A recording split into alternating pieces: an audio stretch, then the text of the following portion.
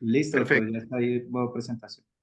Bueno, entonces, muy ¿Cuánto buenas es? tardes a todos. El Es que doctor presionó. Jorge Ramírez, Pero que es eso no se nuestro... ve en... Yo quiero verlo. Aló, si quieren apaguemos los micrófonos todos para que haya la menor interferencia posible.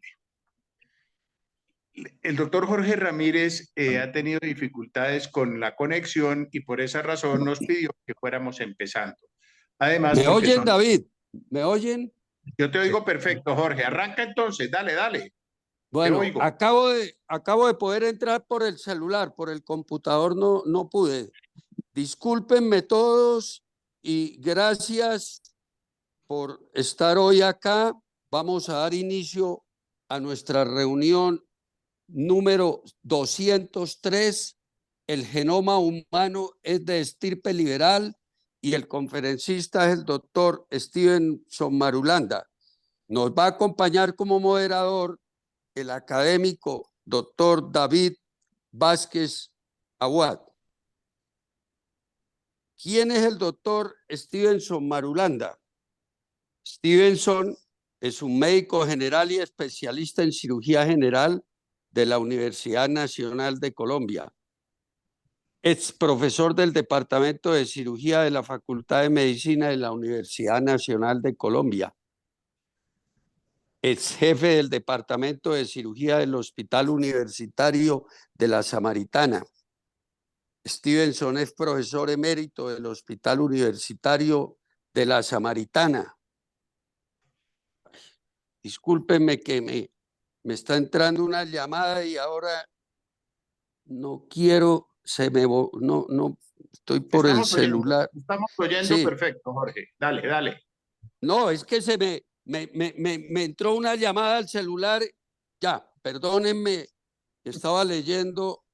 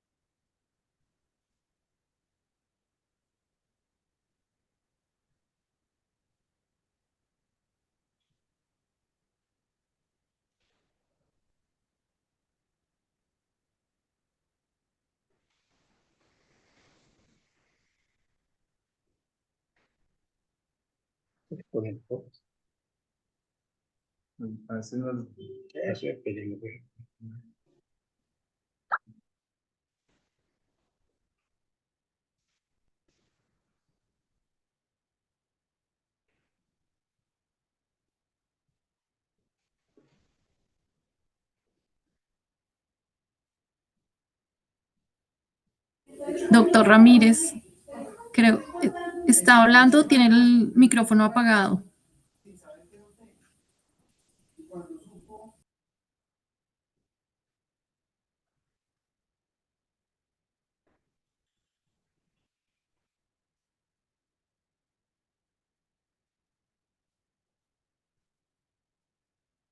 Jorge, ¿nos escuchas?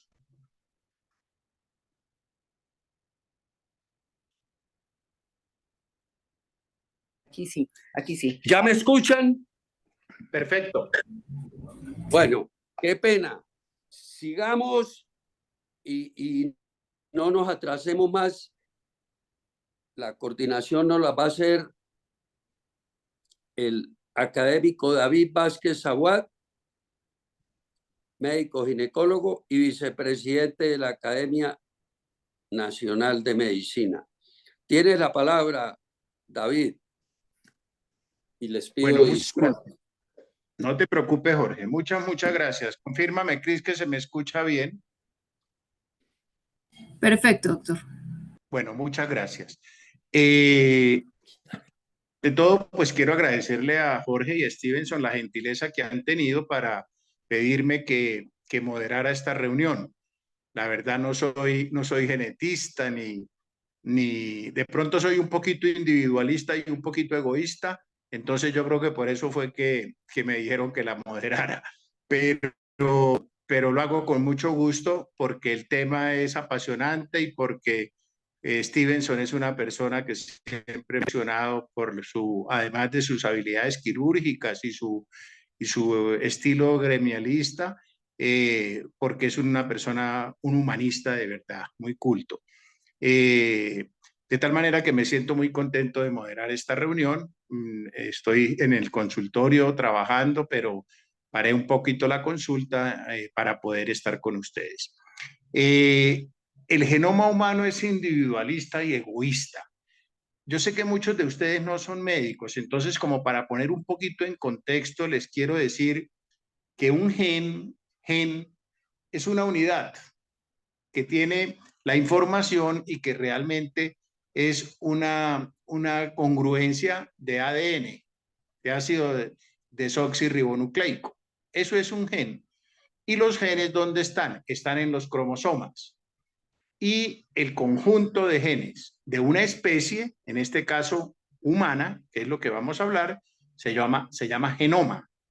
El genoma, la sospecha de esto es prácticamente desde épocas de los griegos, desde hace 2000 años se sospechaba de esto, pero tal vez fue Juan Gregorio Mendel, este monje austríaco que empezó a trabajar en el tema de la genética y finalmente a principios del siglo XXI, o sea, hace más de 20 años, un poco más, una unión entre norteamericanos e ingleses, específicamente Clinton y Meyer, con una inversión de 3.000 millones de dólares, dibujaron y organizaron el genoma humano.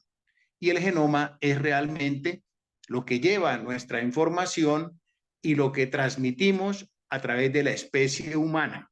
Por eso, cuando Stevenson dice que el genoma humano, o sea, lo que nos hace humanos, demasiado humanos, como el famoso libro, cuando él dice que es individualista y egoísta el genoma, haciéndonos un reto muy grande, y les quiero confesar que yo sugerí que no fuera ese el título, que fuera como el genoma humano es liberal o que solamente fuera individualista y no egoísta.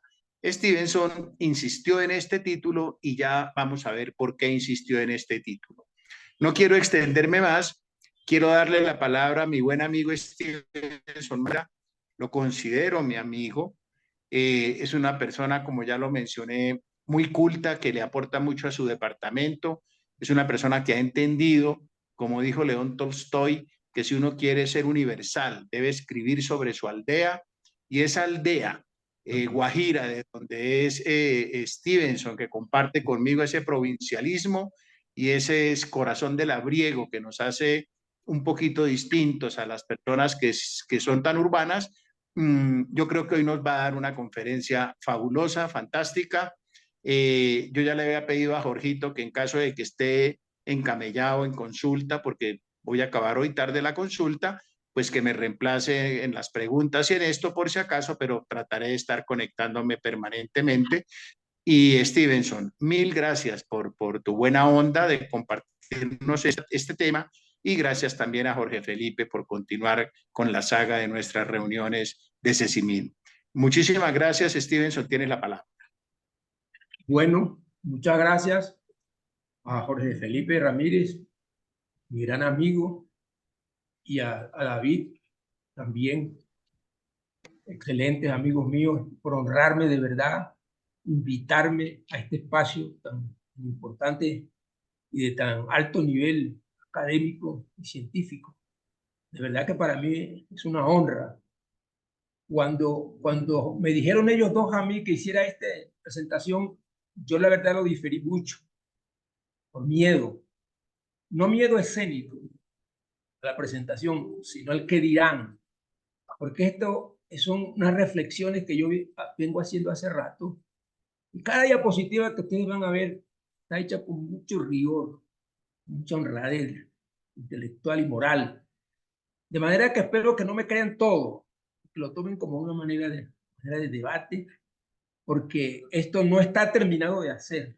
No se sabe por qué el ser humano se comporta de esta manera. Este es un esfuerzo que yo estoy haciendo. Entonces,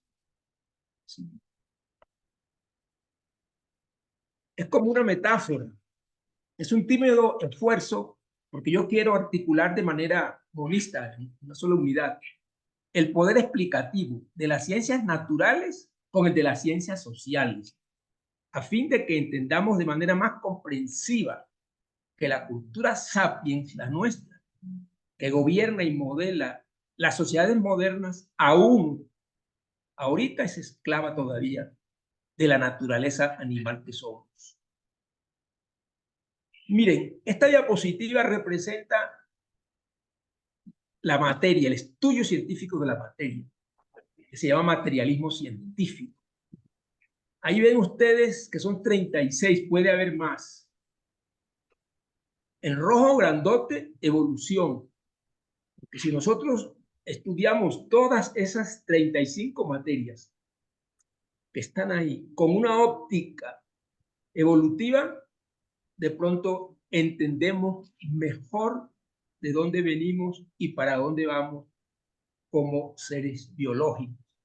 Ahí ustedes ven genética, ingeniería, neurociencia, paleontología, biología, botánica, zoología, medicina, fisiología, microscopía, virología, eso es materia. Y se llama materialismo científico, diferente al materialismo histórico y dialéctico que vamos a ver al final, que es pura ideología. Esto es materia, esto es física y estudio de la materia, la siguiente. Tenemos que estas son las ciencias sociales, cuyo objeto de estudio no es la materia científicamente hablando, sino que estudia pues las civilizaciones, culturas, relaciones sociales, conducta, el espíritu, la estética, pero también puse en verde grandote psicología evolutiva, porque si se estudia esas materias sociales, las ciencias sociales, también con una óptica evolutiva, de pronto lo entendemos, nos entendemos mejor, incluyendo la psiquiatría, la ética y la moral. La teología que está en rojo, de pronto un poquito, ahí va a ser un poquito difícil con la teología porque la teología niega que nosotros vengamos de tan lejos evolucionando desde hace 3.500 millones de años que apareció el ADN. Entonces ahí como que choca. Pero sí es bueno. Y por eso ven ustedes como que es tan difícil entender lo que somos. Tanta ciencia, 21 y 36, son 57, Giovanni. Siguiente. Y estas ciencias teóricas auxiliares no son ni de una ni de otra, sino que son ayuda para el manejo voluminoso de datos, ecuaciones, modelos matemáticos. La matemática comprende la aritmética y la geometría, y la informática pues se ha desarrollado mucho, la informática que ha ayudado mucho a entender ambas ciencias. David hablaba del ADN. El ADN está formado por unos ladrillos que se llaman, ¿tiene indicador? Nucleótidos. Esos nucleótidos, si ven la flecha, tiene tres partes. Esta, que es esta se llama una base nitrogenada. Para los que no son médicos, imagínense que son un ladrillo que tiene tres partecitas. Y una partecita sería esta y sería esto. Esto que está aquí rojo sería esto y esto. Esta es la cadena donde va pegada esta bolita. Esta bolita, para que ustedes sepan ya que equivale a esta, es la que guarda la información genética. Como usted dice, los sabios son los átomos y nomás son 5 átomos. 5 átomos, no son más. Son oxígeno, nitrógeno, carbono, fósforo, hidrógeno. Y aquí nada más hay 4. Esta bolita negra guarda la información. Y son 4 átomos nada más. Entonces, esto es un nucleótido. La bolita negra pegada a esta cadena roja donde se incrusta como. Esta es la columna vertebral que sostiene la información genética. Entonces, la información genética está guardada cuando estas dos bolitas se encuentran, se pegan. Esta se pega con otra, del otro lado. Y estos átomos, cuando se pegan con estos, en forma de base nitrogenada, que así se llama, es donde se guarda toda la información genética. De esto que estamos hechos nosotros, nuestra información, nuestro código genético, nuestro genoma, de que habló David, está hecho de estas bases nitrogenadas insertadas en estos esqueletos las cadenas larguísimas son así. Entonces, si esta es una base nitrogenada, se une con esta otra, negro con amarillo del otro lado, amarillo con verde, verde con azul de un lado, verde con azul del otro. Esto es una cadena larguísima. Son 3.000 millones de pares de estas cosas. Entonces, esto tiene unos nombres químicos, que es guanina con citosina, adenina con timina, adenina con timina, y otra vez adenina, otra vez adenina con timina. Siempre se van a encontrar las mismas, pero eso se enrollan de diferentes maneras y hacen como un código de barra. Entonces el ADN de nosotros como un código de barra de 3.000 millones de pares de estas letras, y solamente son 4 letras. Aquí está toda la información en cadena larguísima. Bueno, sigamos. Vamos a hablar, y esto es el fundamento de esta conferencia. Vamos a hablar de 4 fuerzas biológicas que impulsan la existencia y la supervivencia. Son 4 fuerzas biológicas, materialismo científico puro. Una fuerza es el sexo. Otra fuerza es la muerte. La muerte elige el más apto. Los más débiles desaparecen. Entonces, esa es una fuerza biológica y la otra es la herencia, la transmisión de genes a través de padres e hijos, de generación en generación, y esto lo descubrió Mendel. Este señor se llama Mendel, que fue el que el doctor David Vázquez acaba de decir que fue el primero que se puso a estudiar en un botánico y descubrió un factor hereditario, así le llamó, que después se llamó gen. Este señor se llama Malthus, Robert Malthus, y este se llama Darwin.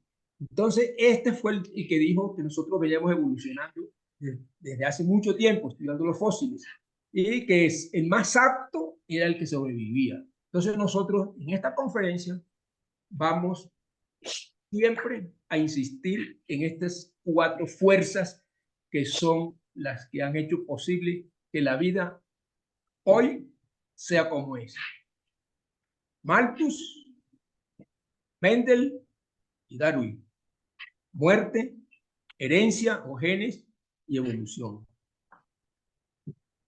Entonces tenemos que el ADN nace de 5 átomos y que fueron evolucionando miles de millones de años. El ADN apareció hace 3.500 millones de años. El sexo es más nuevo. El sexo apareció hace apenas 700 millones de años. ¿Y por qué apareció el sexo? El sexo aparece por la necesidad de recombinar los genes. Por eso es que aparece el sexo. Y por eso yo puse que el sexo es una fuerza. Es una fuerza, ¿por qué? Porque es el que recombina los genes. Hace la recombinación del papá con la mamá y va seleccionando a través de sucesivas generaciones los genes más aptos. Cada gen tiene su propia muerte. Cada gen tiene su oficio. El oficio de cada gen es luchar contra la muerte. Así sea el gen de hacer la coagulación para que no nos muramos desangrados.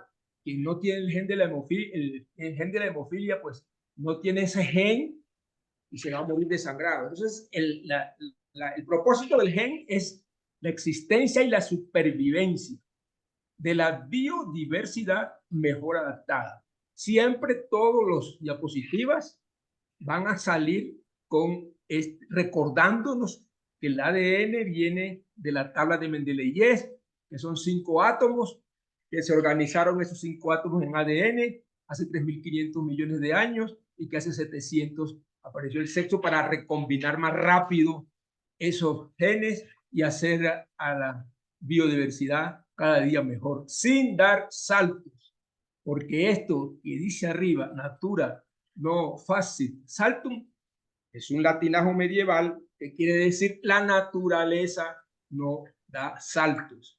y va evolucionando a través del ambiente, pero con ayuda, obvio, de la luz del sol, que es el que da la energía.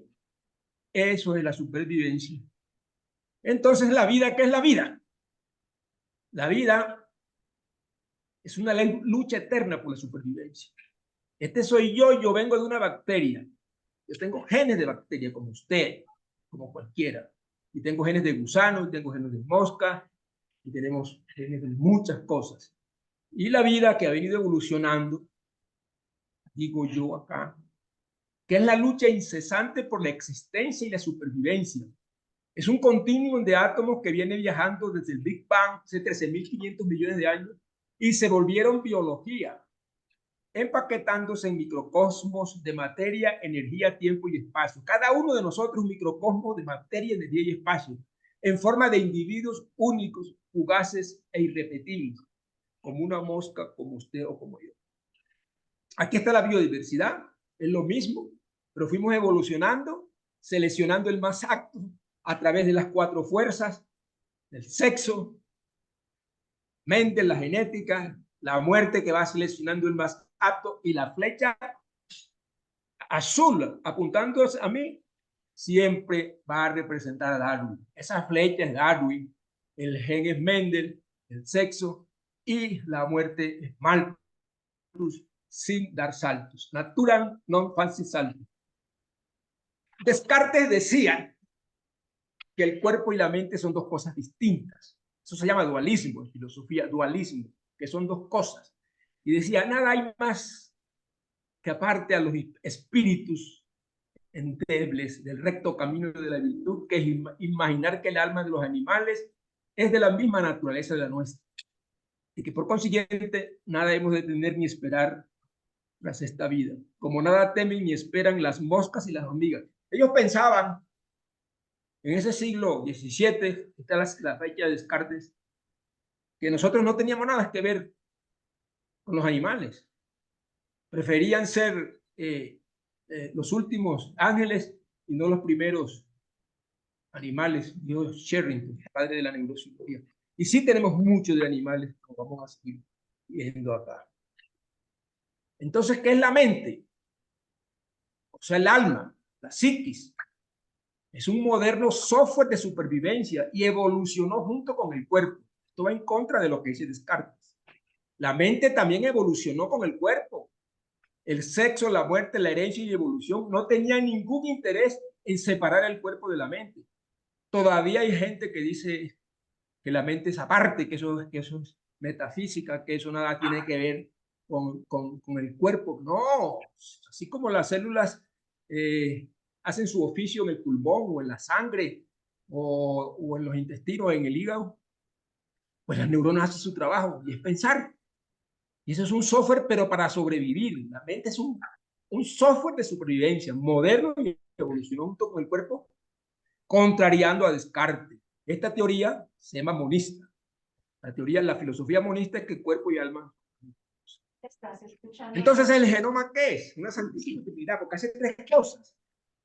Hace la anatomía, hace la fisiología y hace el comportamiento.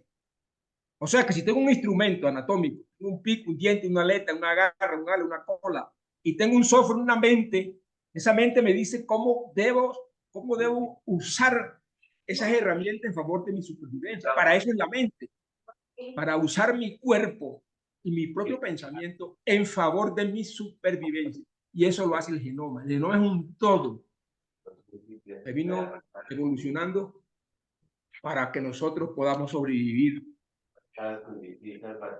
Hablemos un poquito de los genomas, que fue algo que mencionó David.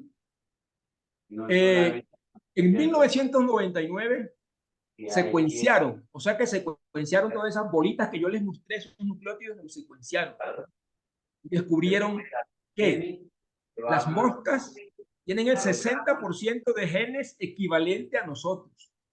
Ellas tienen 13.601 genes. De esos 60% son equivalentes a los humanos. Por eso les decía que tenemos genes de mosca y que venimos evolucionando sin dar saltos, natural no facit saltum. El 75% de los genes que claro, están relacionados con enfermedades humanas, con el cáncer de colon y de mama, con Alzheimer, Parkinson, Tay-Sachs, diabetes. Sí. Y ya voy a comer. Ya me voy a cortar, a ver si puedo y no la cago. Hay un micrófono por ahí. Bueno, en 1995. Perdón, alguien está con el micrófono abierto, favor, todos apaguémoslo. Gracias. En 1995. Juan Osorio, perdón, ya. En 1995, profesor, secuenciaron el gen del Haemophilus influenzae, una bacteria que nos da neumonía y nos mata, con pares de bases 1.800.137. Las pares de bases son las bolitas que les mostré. Son nucleótidos que tienen la información amarilla, negra, verde, azul. Eso. Tienen 1.830.000 tal en 1.700 genes. ¿Y tiene genes para qué? Pues para sobrevivir. El genoma de los hemófilos también para sobrevivir, para generar energía, fabricar proteínas de la cubierta y esa que ven ahí con esos pelitos, esas proteínas, regular la nutrición y esquivar el sistema inmunitario de nosotros. Tienen las mismas de la orden que trae el ADN. Sobreviva y multiplíquese, maestro. Después, en el 1995, descubrieron el genoma del gusano ese y consiguieron que tenían 19.500 genes. Otra vez, miren, 36% de los genes de ese gusano son de nosotros, o al revés. No, son de ellos que nosotros tenemos, pero que heredamos de ellos, que ellos fueron primero que nosotros. Y 10% bacterianos. Tienen boca, intestino, músculos, un sistema nervioso y hasta un sistema cerebral rudimentario. Poseen tacto, tienen sentido y se mueven. Se apartan de los estímulos nocivos, socializan entre ellos, mire, socializan. Tal vez sientan algo parecido a la ansiedad cuando se quedan sin alimentos y quizás una fugaz alegría cuando se apaga, dice Mujerje.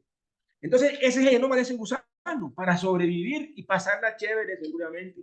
Pero ese es su genoma, hasta ahí puede porque no tiene más genes para más nada, sino para eso y para sobrevivir y lo ha hecho con éxito. Y después secuenciaron el genoma nuestro en el 2001. Tenemos 20.687 genes en 21 pares de cromosomas. Tenemos 3.000 millones de pares de letras de ADN. Ahí están las letras. Les mostré verde, azul, roja, y aquí está la cintica roja por fuera. Y tenemos todas esas bases, esos nucleótidos. Aquí es que está la información genética, como ya he dicho. Este es el código genético. Esto no, los rojitos no. Aquí es que está la información cuando esto se pega.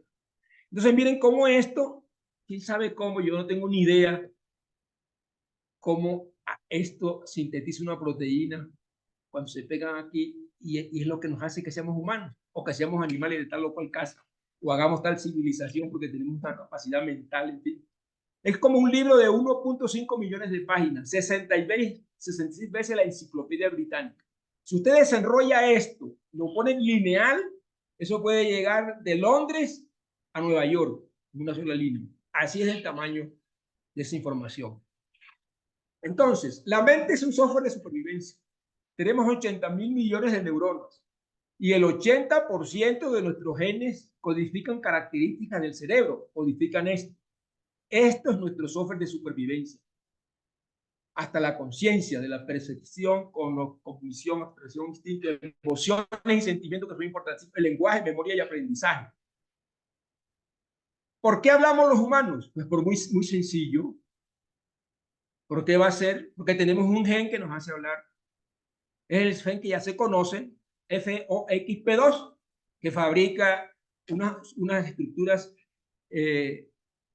cerebrales en la corteza, que los médicos saben que se llama Broca y Berrique, y que esto lo dijo una señora que se llama Ruth Berger, que es lingüista, es bióloga, es neuróloga, arqueóloga y paleontóloga. La gente que aporta, está en la frontera de conocimiento, desafortunadamente no somos los colombianos, sino esta gente. ¿Por qué? Porque estudia todas esas materias, tanto las materias del conocimiento, del materialismo científico, como del otro materialismo, como de las ciencias sociales. Entonces puede aportar porque saben mucho, porque estudian mucho, porque tienen todas esas capacidades, porque no es fácil, de verdad. A mí para hacer esta conferencia, yo creo que tengo como 20 días estar en esto, para poder tener alguna idea de qué es lo que está pasando. Entonces, digamos, la mente moderna software de supervivencia se evolucionó junto con el cuerpo. Las emociones que son, hacen parte del software de supervivencia. Las emociones se fueron evolucionando también a partir de las 4 fuerzas que les dije. Y son automatismos transmitidos genética y evolutivamente, o sea, son unos instintos.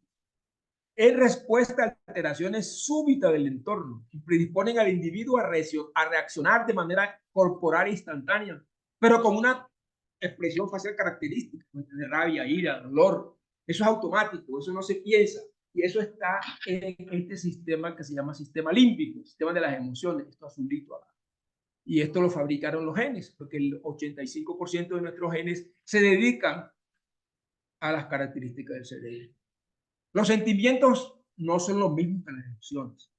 Como las emociones hacen parte del software de supervivencia, pero son fenómenos que más viejos, más crónicos. La persona, el yo visceral de la persona, despierta el interés por alguna cosa y establece una conexión mental con esa cosa que es más o menos permanente. Esa cosa puede ser una persona, cualquier otra cosa, o de la misma persona, y se forma un juicio. De esa manera configura un estado de ánimo, de tal o cual forma que lo predispone, induce o obliga a adoptar un comportamiento típico en favor o en contra de las cosas juzgadas. Por ejemplo, amor o odio, envidia. Si los sentimientos no son instantáneos, los sentimientos se fabrican con más tiempo, es un proceso más largo, más duradero que la emoción, que es instantánea e instintiva. Vale la pena entonces contestarle esta pregunta a Yuval Noah Harari, que pregunta en Homo Deus. ¿Todas las decisiones que los seres vivos toman reflejan su genoma? Vamos a ver si yo soy capaz de responder. Entonces, dice este señor mujer que el movimiento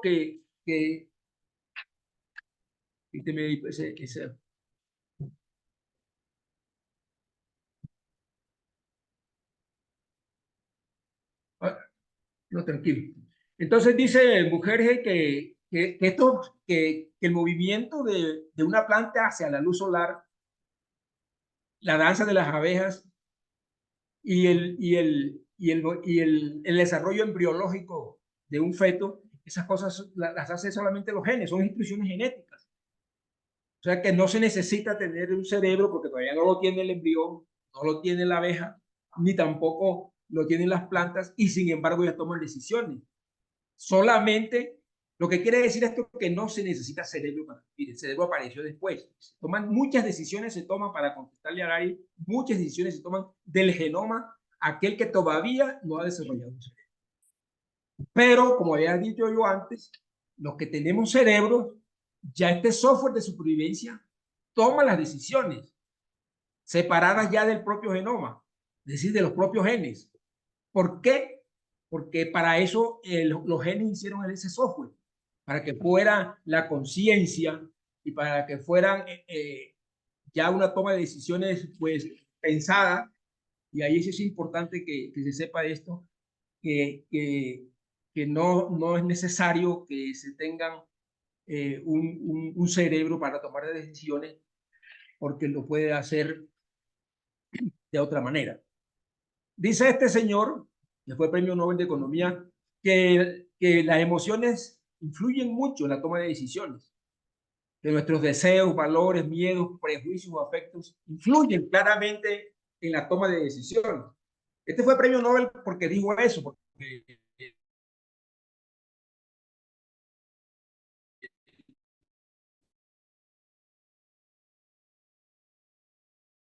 la verdad que no son racional.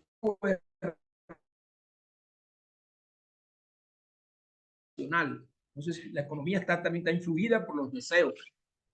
Entonces, yo le podría contestar al doctor Harari de esta manera, toman, siempre reflejan sus genomas. Una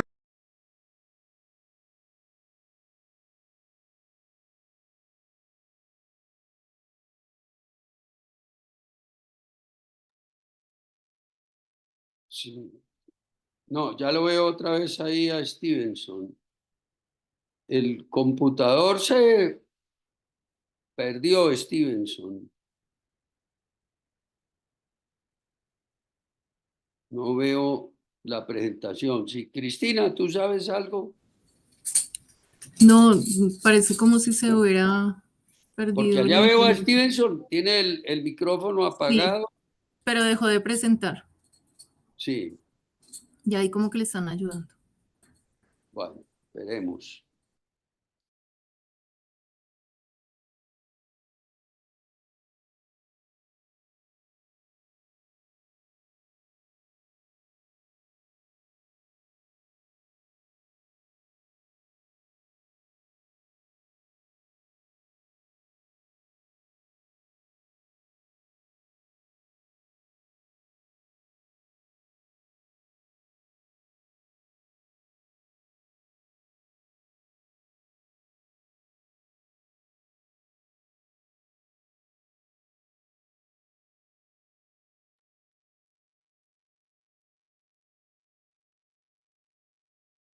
Stevenson, no sé si me oyes, tienes el micrófono apagado.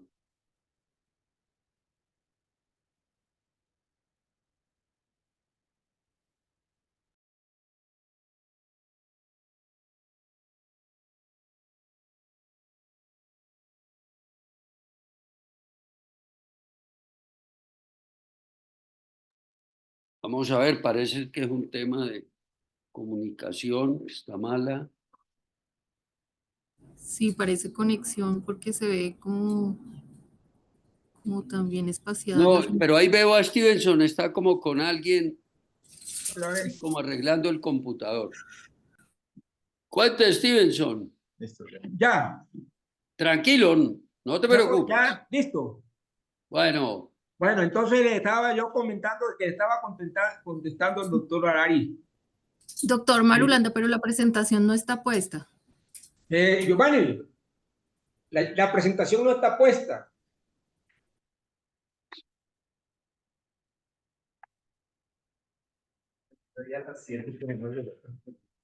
Un momentico, un momentico. Sí, claro, porque se cayó también.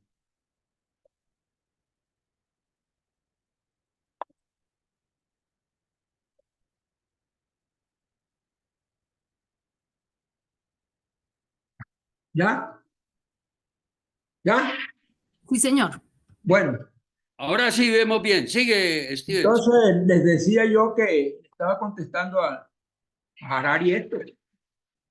Siempre se refleja el genoma, unas veces directamente por el gen, otras veces por el software de supervivencia que se lleva en la mente y otra es una combinación de mente y genes. La otra pregunta que me llamó la atención de Yuval Noah Harari en Homo Deus es: ¿puede la biología de la mente explicar el funcionamiento de la sociedad humana? Vamos a ver si soy capaz. Este libro también es importante, del doctor Siddhartha Mukherjee, que dice que la secuencia de ADN, las bolitas azules, amarillas, negras y verdes que le mostré, se hayan codificado determinantes fundamentales de capacidades mentales, aprendizaje, lenguaje y memoria esenciales en la cultura humana. Luego, la cultura humana sí depende de esos nucleótidos y del ADN, porque ahí es donde nosotros tenemos la capacidad mental para desarrollar determinada cultura. Dependiendo de esa capacidad, de ese software, pues vamos a tener una cultura del mismo tamaño. Entonces, es importante eso. Es importante también saber que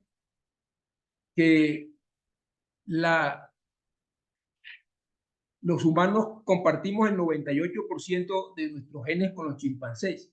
Ese 2% de diferencia hace que ellos sean diferentes a nosotros. Entonces, que no veo aquí una cosa. La capacidad la cultura de una especie depende del tamaño de su genoma. Esto que está aquí es el genoma, todos los genes del genoma. El número total de información genética que tengamos que evolucionó, ese es el número ese es el genoma total de una especie. De ese número total, de ese genoma, esa capacidad mental que desarrolle, va a depender la cultura que tengan.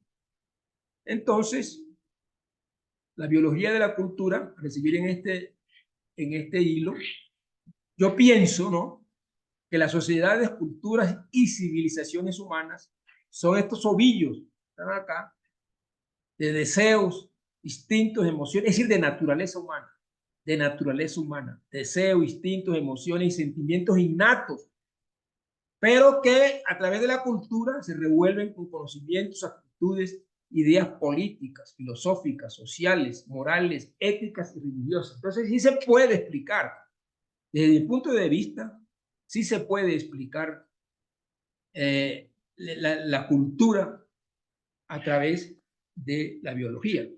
Y eso se llama biosociología, así se llama, esa es una ciencia que ya combina la biología con la sociología, o biología social, que estudia las sociedades humanas a partir de las bases biológicas de las conductas sociales de los animales, incluyéndonos a nosotros, como la cooperación, la agresión, la territorialidad, los sistemas sociales y la elección de pareja.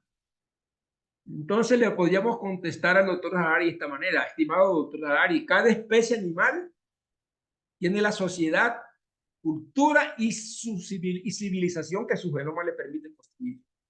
Por ejemplo, si yo tengo un genoma de abeja, pues yo podría ser una reina, una obrera o un zángano, pero hasta ahí no más. Hablemos un poquito del sexo. Ya habíamos dicho que el sexo tiene 700 millones de años, cuyo propósito evolutivo es la recombinación de genes.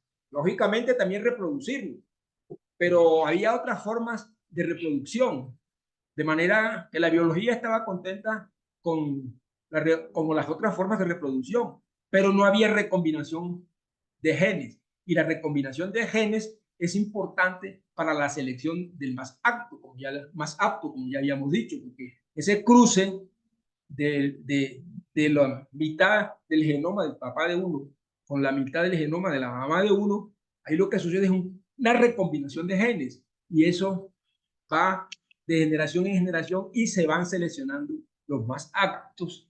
La muerte va descalificando los más débiles y los genes van pasando de generación en generación a través de Darwin. Entonces, ¿qué se fabricó ahí? Se fabricó el gran sistema sexual, que yo pienso que tiene 7 subsistemas. Tiene un sistema mental.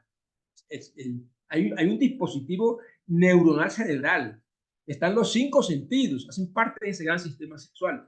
Porque por los 5 sentidos es que nosotros miramos, tocamos, sentimos, olemos, vemos la forma y belleza corporal. Entonces eso se llama sensualidad. El clítoris es la parte de la piel que tiene más sensores sensitivos. Entonces hace parte del clítoris del sistema sexual. La dopamina, por supuesto, ahorita hablamos de la dopamina, y las hormonas sexuales hacen parte del sistema sexual. La oxitocina y la vasopresina hacen parte del sistema sexual, ahorita hablamos un poquito de esos, y obviamente los órganos reproductores masculino y femenino. Ahí puse, perdónenme, mano, boca y ano. Obviamente que la mano, la boca y el ano no evolucionaron como parte del gran sistema sexual. Sencillamente lo puse porque se usan mucho, pero no porque hayan evolucionado como los otros 7 órganos que sí evolucionaron conjuntamente. A veces, estos no funcionan sincronizadamente y no cumplen con el propósito evolutivo de recombinación de genes, sino que se separan, se desapartan, y es donde aparecen las otras formas de comportamiento sexual. Yo pienso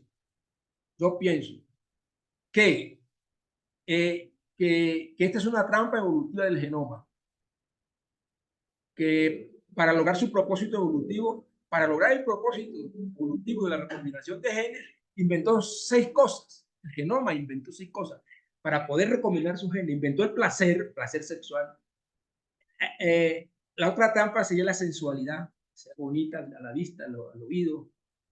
Inventó el erotismo, la cópula, el orgasmo y el amor. Yo pienso que estas 6 cosas, puede que no sea así, pero yo pienso así, son unas trampas del genoma para lograr su propósito evolutivo, para lograr su recombinación de genes. Porque de otra manera, de pronto hubiera sido difícil que 2 personas se junten sin sentir ese placer, sin el gusto, el erotismo. Pienso que era muy difícil que eso se diera si no estuviera por medio estas 6 trampas. Dice el mismo Noah Harari, dice que el 99% de nuestras decisiones, entre ellas las elecciones más importantes de la vida, relacionadas con cónyuges, carreras y hábitos, las toman los refinadísimos algoritmos que llamamos sensaciones, emociones y deseos. Mire, la vida vegetal, la sexualidad vegetal. En las plantas hay mucha diversidad en la sexualidad sexual, y 8.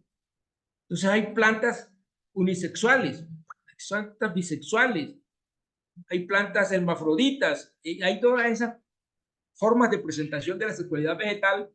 Por eso yo pienso que el sexo, hablar del sexo, hablar de la sexualidad, hablar de la orientación de género, eso no es tan fácil así como descalificar, como decir, perdóneme lo que voy a decir, pobre marica. Eso no se debe decir.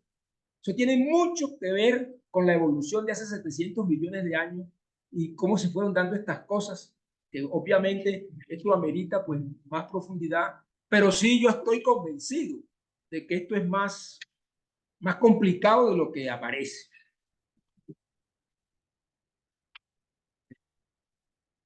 Bueno, entonces, hagamos nuestra pregunta. Yo no me dejo ver. Eso es arriba. Un momentito, tengo un tema técnico aquí que no me deja ver. Usted le puso esa vaina arriba. Automáticamente lo puso.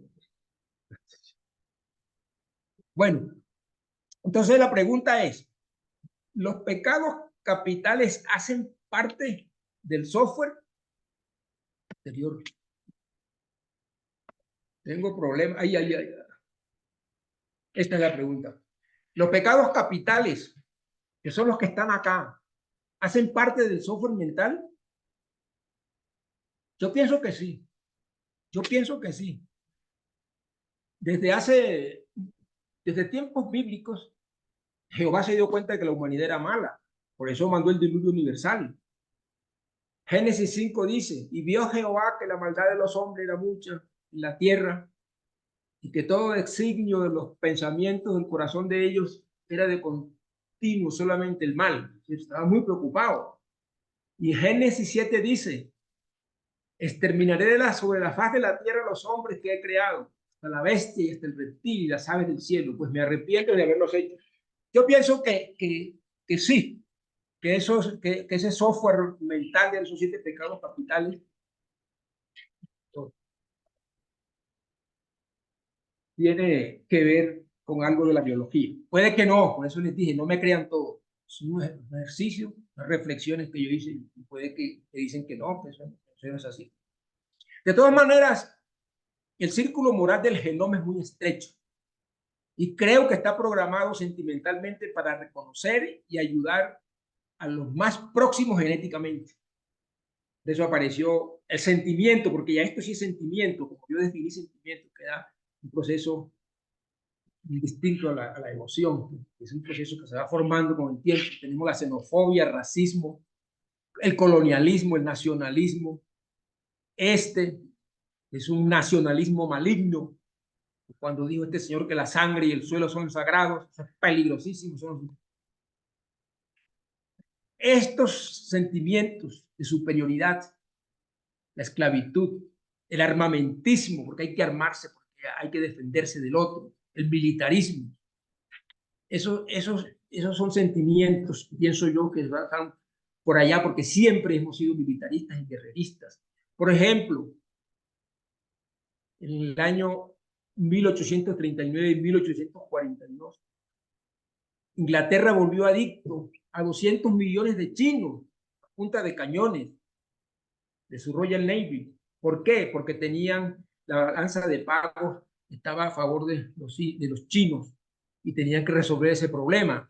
Pues le tocó eso a la reina Victoria. Yo no sé si ella tenía tantos sentimientos malignos, pero o le tocó porque el mundo era así, ya eso está dicho y eso fue así. Solamente yo estoy reescribiendo la historia y no estoy calificando a la reina. Lo mismo pasó con esto, con la hambruna de Irlanda. A la papa le cayó un hongo en Irlanda. Irlanda siempre había sido colonia de ellos. Y en 1845 y 1849 se acabó la producción de papa porque el hongo arruinó los cultivos. Y se murió 1 millón de esta gente, así como los ven ahí.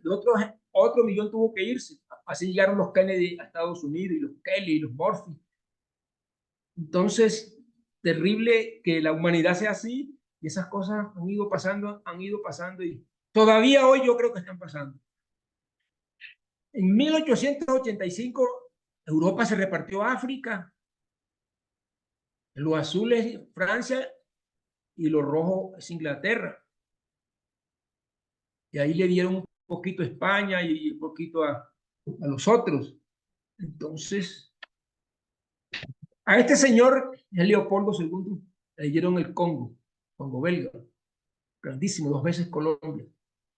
Yo leyendo a Vargas Llosa un libro que se llama El sueño del Celta, refiriéndose a toda la maldad que dice este señor en el Congo. Dice, la maldad la llevamos en el alma, mi amigo. Cuando vine al Congo tomé la precaución de dejar la conciencia en mi país de un mayordomo de Leopoldo II. La hambruna de Bengala es más reciente, fue en 1943, y le tocó a Churchill, en plena Segunda Guerra Mundial. No había arroz porque los japoneses invadieron Birmania. Y entonces Bengala cogió un poquito de arroz y lo retuvieron para las tropas.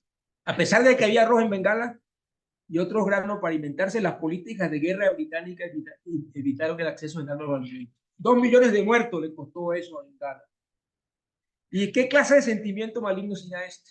La China tiene bomba atómica, pero se mueren 2 millones de niños cada año. 220 millones, la mitad de sus niños pasan hambre. Eso lo dice Martín Caparrós, yo no digo eso, un libro que se llama El hambre. Estos comportamientos de machismo, sexismo y feminismo no tienen nada que ver con la genética, no, la verdad. Son comportamientos totalmente culturales y aprendidos. ¿Por qué? Porque el genoma de la mujer y el genoma del hombre es casi idéntico. Solamente es diferente el cromosoma X y el Y. De manera que hombre y mujer compartimos el 99.866% de nuestros genes. No puede ser eso genético. Ese machismo, ese sexismo y ese feminismo es aprendido. El círculo moral del genoma es muy estrecho, pero esta hormona, que también son puros carbono, hidrógeno, oxígeno y nitrógeno, que se llama oxitocina, yo había dicho, ya esta oxitocina desempeña un papel fundamental en la cohesión social. Mire, promueve sentimientos. Estamos hablando de que una hormona tiene que ver con sentimientos. Una hormona, la materia, porque hay carbono, hidrógeno y oxígeno. La materia tiene que ver con los sentimientos. La oxitocina, que es el pitocin, que yo lo aprendí a usar en el materno, David, que es la hormona que produce la contracción del útero. Cuando un parto está atrasado porque el útero está lento, flojo, se le pone oxitocina y le aumenta la fuerza del útero. Pero no solamente aumenta la fuerza del útero, sino que también produce leche, lactógena.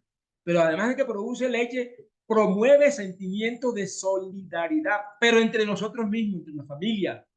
Pero ya nos predispone y nos hace hacer bombas atómicas y un militarismo contra los extraños. Eso lo hace la hormona de buen marido, también le dice, porque dicen que esa hormona es que favorece la monogamia. Está buena para inyectársela a unos amigos míos por ahí. La biología del poder. Miren, la dopamina. Miren ustedes lo que hace la dopamina. Son también unos poquitos átomos, hidrógeno, nitrógeno y carbono. Y es la hormona del deseo, del placer y del poder. Y son 4 átomos que se organizan de manera diferente, pero es una hormona que trabaja en un circuito en el cerebro, que es un combustible potente, es una implacable gasolina de la emoción deseo, porque el deseo es una emoción, no es un sentimiento.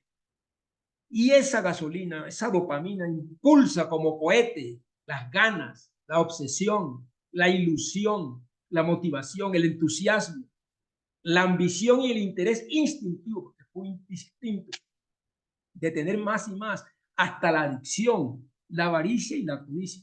Cuando hablo de adicción a todo, a la marihuana, al narcotráfico, a la cocaína, a la plata, al poder. Eso lo hace la dopamina. Entonces, otra molécula, como el ADN, que son puras moléculas, que es puro materialismo científico, tienen poder. Y son aquí, yo diría, aquí están las raíces biológicas del poder y, ojo, de la corrupción. Porque cuando yo estoy diciendo hasta la adicción, la avaricia y la codicia, si eso no se detiene, pues yo estoy hablando de corrupción también, ¿no? Que es otra adicción, otro problema. Ese es el circuito cerebral de la dopamina, no lo estoy inventando, y evolucionó con las 4 fuerzas, la del sexo, la de Darwin, la de Mendel y la de Malthus, en el software de supervivencia, porque eso es lo que nos da ganas de vivir. La gente que no tiene dopamina de pronto no tiene ganas de vivir, pues la que tiene mucha, pues hay que tener mucho cuidado. Son hiperdopaminérgicos, y ahí está el circuito cerebral de la dopamina, que evolucionó para motivarnos a sobrevivir y reproducirnos y ganar las carreras y ganar a los competidores. Los futbolistas son lo mismo. Este señor, que se llama Lord Keynes, que es de la ilustración escocesa del liberalismo, 1758, dijo: el instinto, mire que está hablando de instinto, ¿qué va a saber ese señor de dopamina? Ni de deseo. ¿Qué va a saber? Ver que había una hormona, un neurotransmisor que así se llama dopamina. Pero él dijo, el instinto más acentuado en el ser humano es el deseo de poseer. Eso es, todo el mundo quiere tener, todo el mundo. De ello nace la propiedad privada y en cierta forma la sociedad misma, dijo Lord Keynes, del liberalismo raizal de la ilustración escocesa. Yo creo que esas son las raíces biológicas del capitalismo. Este señor que se llama Richard Dawkins fue el que dijo que el círculo moral del gen es muy estrecho. Yo lo único que le puse fue el círculo moral del genoma, pero la palabra es de él. En este libro que se llama El gen egoísta dice que nosotros somos robots programados ciegamente para preservar esas moléculas egoístas conocidas como genes. Acuérdense que cada gen tiene su calavera, cada gen tiene su problema, cada gen evolucionó para sobrevivir y el conjunto de todos los genes del genoma evolucionó cuerpo y alma, obviamente, para sobrevivir. Y parece que de manera egoísta, como dice Richard Dawkins, está vivo. Pero hay un egoísmo del bueno. Esto lo leí en La llamada de la tribu de Vargas Llosa, que dice: resultó desconcertante para muchos lectores de La riqueza de las naciones, que es el libro de Adam Smith, descubrir que no es el altruismo ni la caridad, sino más bien en el egoísmo el motor del progreso. Este es Adam Smith que escribió ese libro, La riqueza de las naciones, 1776, y él dijo lo siguiente: no obtenemos los alimentos de la benevolencia del carnicero, del cervecero, del panadero, sino de su propio interés, su propio egoísmo. Él quiere tener buen producto, vender buen pan, para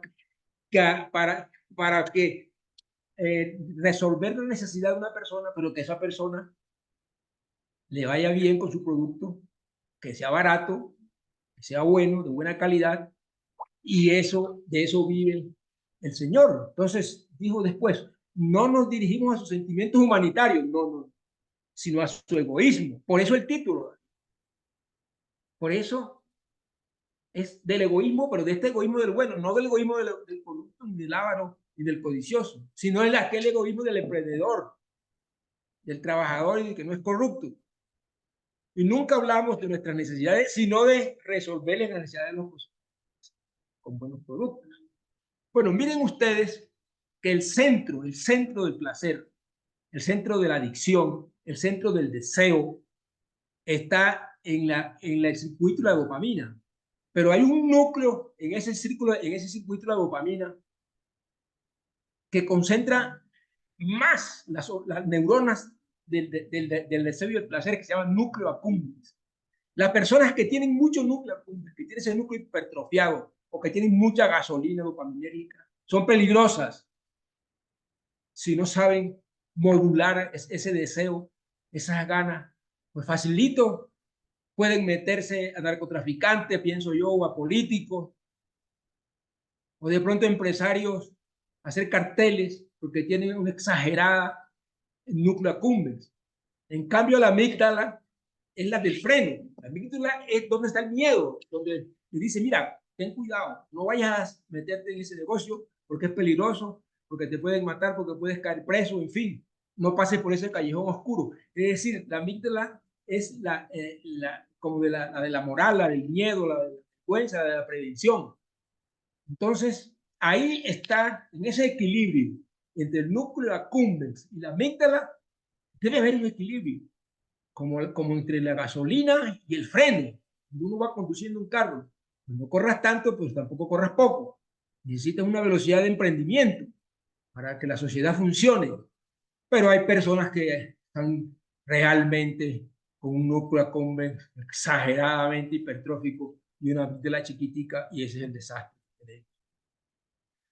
Montesquieu se dio cuenta de eso. Se dio cuenta de que había una amígdala. Se dio cuenta, digo yo, entre comillas, pues, que él no sabía de nada de esto tampoco. Y dijo, es una experiencia eterna, que todo aquel que tiene poder tiende a abusar de él. Es decir, que todo aquel que tiene núcleo accumbens llega a jugar poder y llega hasta donde lo dejen. Sí, por la disposición de las cosas, el poder que tiene el poder. O sea que fue el padre de la división de poderes, por eso hay que dividir el poder, y eso también son las raíces del liberalismo de la Ilustración francesa. Y yo estoy terminando, y entonces vamos a hablar un poquitico de este señor Marx y de Jean-Jacques Rousseau. Marx, a diferencia de lo que yo acabo de decir, él desnaturaliza la historia humana. Él se imaginó, porque Marx hace parte de los pensadores teóricos. Marx no pertenece al materialismo científico, sino a una cosa que él llamó materialismo histórico, que solamente revisar la historia, pero como historia. Él dice que el capitalismo, por ejemplo, es como el machismo, es decir, todo es aprendido, todo es cultural, que el ser humano no tiene nada que ver, que dopamina, que de todas estas cosas que yo he dicho, que el gen, que el egoísmo, que cómo hay unos círculos cerebrales. Es decir, él inclusive es de la misma edad y vivieron juntos en Londres. Él le hizo una carta a Darwin para que se reunieran. Darwin no quiso. Y él se burlaba de Darwin, sí, y se burlaba en cierta forma, pues no como persona, sino de lo que decían, que nosotros no teníamos nada que ver con los animales, y se burlaba de Malthus, y se burlaba. Entonces, esta es una especie él pensaba que como Rousseau, en el comunismo primitivo, que la gente era muy buena, el buen salvaje, que la gente se volvía mala era cuando crecía, cuando el hombre nace bueno y la sociedad lo corrompe. Es decir, como si yo nunca he visto un bebé que sea mala persona, ni un bebé de tigre, ni de serpiente, ni de cocodrilo. Todo el mundo nace bueno, que deje lo que crezca, que desarrolle su yo visceral, todas estas cosas que yo estoy diciendo. Entonces Marx se imaginó el comunismo primitivo y desde ahí arrancó, y de ahí parte su historia, de que todo el mundo era bueno y cooperaban. y que después del comunismo primitivo vino la esclavitud, después vino el siervo del feudalismo, y que por contradicciones internas, llama él, contradicciones internas, venía la otra orden social. Entonces apareció el capitalismo, la revolución industrial, y que después de esa revolución industrial, donde la fuerza que mueve el mundo es la lucha de clases, decía él. Esa es la fuerza que mueve el mundo. No es las cuatro fuerzas que yo estoy diciendo, sino la lucha de clases. Y que la historia humana es la historia de la producción económica y la tenencia de la propiedad material. Y decía que la propiedad privada causa pobreza y desigualdad extrema. Entonces, esto lo llamó y se apoyó en otro más confuso, terriblemente confuso, yo no lo puedo entender, que se llama Hegel, que habla del materialismo dialéctico, que es tesis, antítesis y síntesis, que esto es tesis, después de la tesis viene la antítesis, y la sociedad va evolucionando mejor. Entonces, de la esclavitud pasamos al feudalismo, siervo, la revolución industrial, y después de la revolución industrial había que hacer la gran revolución socialista, que sí la hicieron, pero no en Alemania ni en Inglaterra, como él pensaba, que se habían industrializado, la hicieron fue en Rusia. Y que después de esta gran revolución industrial venía otra vez el comunismo final, es decir, la gente se volvía buena, educándola y reeducándola, como ellos creían que iba a suceder. Lógicamente esta profecía no sucedió con la dictadura del proletariado, es decir, que los mismos obreros fueran dueños de la empresa. Obviamente este no funcionó, no funcionó en ninguna parte, pero se ha causado mucho problema. Entonces, yo digo esto para decir que yo creo que el genoma, y eso es lo que yo pienso, y puede que otra persona piense distinto, el genoma tiende más a ser liberal. El genoma tiende más a ser liberal, es decir, a desarrollarse más que una cucaracha. Hablemos de una cucaracha. Una cucaracha es importante para ella. Ella quiere desarrollarse, tiene emprendimiento y sobrevive. Pues así es un hombre. Las personas queremos tener cosas. Por eso yo creo que el genoma es muy liberal, y pienso que el problema no es ese. El problema es la corrupción. Esto lo dijo Marx. La historia humana se diferencia de la historia natural en que nosotros hemos hecho una y no la otra. Y pienso entonces, como decía antes, que el materialismo histórico y dialéctico es contrario al materialismo científico, que no cree en la historia natural, porque no la hicimos, sencillamente porque no la hicimos, no es la que hicimos, que fue la natural. Pero le voy a decir una cosa, porque de pronto puedo ser mal calificado moralmente. No es lo que nuestra genoma dicte dictatorialmente, toca civilizar. Y esa ha sido la tarea de la civilización. Eso ha sido la lucha. ¿Cómo? Inhibiendo el núcleo accumbens y estimulando la amígdala. ¿Cómo? Con todo esto. Todo esto es el trabajo que ha hecho la humanidad para dominar ese genoma salvaje que tenemos dentro. Si tenemos el 98% de simio, ya lo vieron. Tenemos otros genes por allá de mosca y de cucarachas y de gusanos. Entonces, con la moral y la ética, principios y valores, filosofía, conoce de ti mismo, las leyes, las constituciones, el contrato social, la división de poderes, la religión, la democracia, Estado y Estado social de derecho, la dignidad humana, derechos y derechos fundamentales, justicia, delitos y penas, los códigos, la policía, diplomacia, pactos y organizaciones internacionales de cooperación internacional, sindicatos es para que los empresarios pues no abusen del trabajador. Eso también se ha hecho. Lo que pasa es que las leyes antimonopolio y las leyes anticorrupción, desafortunadamente las leyes en Colombia, la mayoría, muchas son muertas, como siempre lo he dicho. Ya voy a terminar. ¿Por qué fracasan los países? Yo creo que los países no fracasan por ideología ya. Ya no hay marxismo. Solamente está Cuba y Corea del Norte. Venezuela no tiene ninguna ideología, eso es otra cosa. Entonces, ¿por qué fracasa? En este libro dice este señor de la Escuela de Gobierno de Harvard, hablando de este libro, de Robinson y Acemoglu dice, es la política, tontos. Así explica Acemoglu y Robinson de forma sencilla pero convincente la razón por la que tantos países no consiguen desarrollarse. Y aquí nombra a Colombia.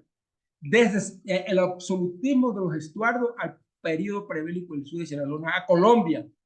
Este trabajo magistral muestra cómo las élites, Milei le dice a las élites la casta. Voy a poner un video de Milei para terminar. Las élites poderosas manipulan las reglas para beneficiarse en detrimento de la mayoría. Este señor se llama Enrique Gersi.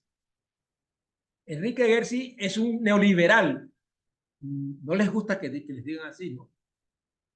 Ellos dicen que no son liberales, son liberales, pero defienden el liberalismo a ultranza. Enrique Gersi, por ejemplo, dice que el empobrecimiento no tiene causa. Es que el que es pobre es porque quiere. El que tiene causa es el enriquecimiento, es el trabajo y tal cosa. Pero miren lo que dice de el mercantilismo. Es decir, que ese es el problema de estos países. Él es peruano. Esto es cortico. De capitalismo hay que distinguir entre dos fenómenos distintos. En primer lugar, el mercantilismo. Y en segundo lugar, la economía de mercado. Una cosa es el mercantilismo, en el cual hay propiedad privada, como todo economía capitalista, propiedad privada de los medios de producción, pero no hay competencia en el mercado económico. Se compite en el mercado político por el favor del presidente, del rey, del parlamento, de quien detente la autoridad. En la economía de mercado, por el contrario, es un tipo de capitalismo en el cual hay competencia. Es decir, no solamente tenemos propiedad privada o empresa privada, sino la obligación de competir. De suerte que los empresarios, dirigentes, los líderes, compiten económicamente por el favor de sus clientes, de sus ciudadanos, de sus asociados, de sus clientes, y no compiten políticamente por el favor del presidente, por el rey, por el gobernante. Entonces, cuando hablamos de capitalismo, tenemos que distinguir entre el mercantilismo, que es el capitalismo antidemocrático, propiedad sin competencia, sin mercado, de la economía de mercado, que es un capitalismo democrático, con Estado de Derecho y con... El otro. Ya lo oí. Todavía. Bueno, ahora les voy a presentar a Milei, que habla de la casta, no, habla de la casta política, de las élites. Óiganlo mejor. Desde el principio.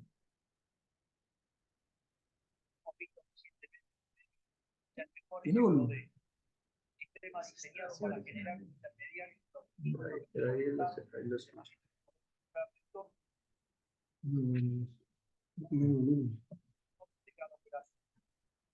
Sistema corrupto que ha generado cientos de millones de dólares en retorno que terminaron en los bolsillos de los políticos.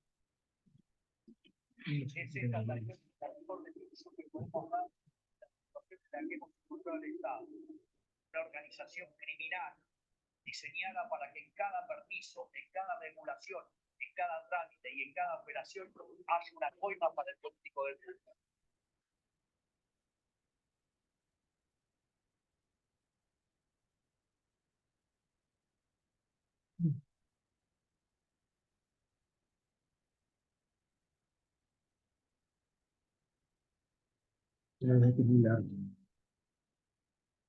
Este esquema putrefacto está extendido a todos los poderes del Estado, tanto el poder ejecutivo, el poder legislativo y el poder judicial, y en todos sus niveles, nacional, provincial y municipal, sustentados por medios de comunicación que viven de la pauta oficial, y formadores de opiniones sobrados, que miran para el otro lado o que eligen cuidadosamente a quién acusar y a quién, sustentados también por empresarios preventados, que apoyan este modelo porque el retorno de pagar la coima es más tentador que el desafío de competir en el mercado.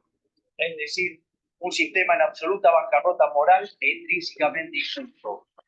Un sistema que solo puede generar pobres y a costa de ellos produce una casta privilegiada que vive como si fueran monarcas, que llega a absurdos obscenos de impunidad. Gracias, Chagua. Bueno, entonces conclusiones son 6. A lo que se refería, se refería Milei es lo mismo que sucede en toda Latinoamérica. No estaba hablando sino de los problemas de la corrupción. Bueno, entonces conclusiones. Una, dice esta señora, un libro que se llama El cerebro femenino, que la biología representa el fundamento de nuestras personalidades y de nuestras tendencias de comportamiento. Si en nombre del libre albedrío y de la corrección política intentamos refutar la influencia de la biología en el cerebro, empezaremos a combatir nuestra propia naturaleza. Esto lo digo yo, esa es mi foto. El genoma humano, la mano invisible que interactúa con el ambiente y la cultura, interactúa, ¿no?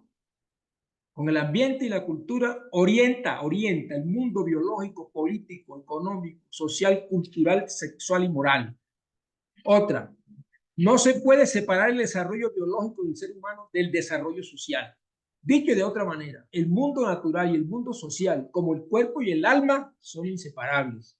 Otra, la desigualdad socioeconómica, que es normal a cierto punto, es un principio liberal, dada por las diferencias individuales de inteligencia, imaginación, inventiva, creatividad, iniciativa, talento, diligencia, ambición, dopamina, espíritu de trabajo y emprendimiento, es un fenómeno legítimo y natural a la libertad humana. Algunos niveles de núcleo accumbens y de dopamina y de vasopresina y de oxitocina son normales, pero la desigualdad extrema, estructural, esa desigualdad vieja, histórica, arraigada eternamente, que no aceptan los liberales extremos, como Milei inclusive, es un epifenómeno social artificial antiliberal, resultante de la opresión de libertades y falta de oportunidades de un grupo grande de individuos débiles, seleccionados de manera perversa por la historia de la humanidad, que ya les mostré varios. Aquí dice, aunque el gen egoísta, el libro de Richard Dawkins, es una metáfora, pues no existe un gen o grupo de genes que codifiquen proteínas que nos hagan comportar de manera egoísta. Como Dawkins, pienso que los individuos biológicos tienen un genoma cuyo destino y esencia de cada uno de sus genes ha enfrentado su propia calavera. Es la lucha por conseguir los propios fines existenciales individuales y de manera egoísta, preservar la vida de cada único individuo, preservar la vida de cada único e irrepetible ser viviente, humanos incluidos. Cada gen tiene su propia historia evolutiva. Gracias. Eso era todo.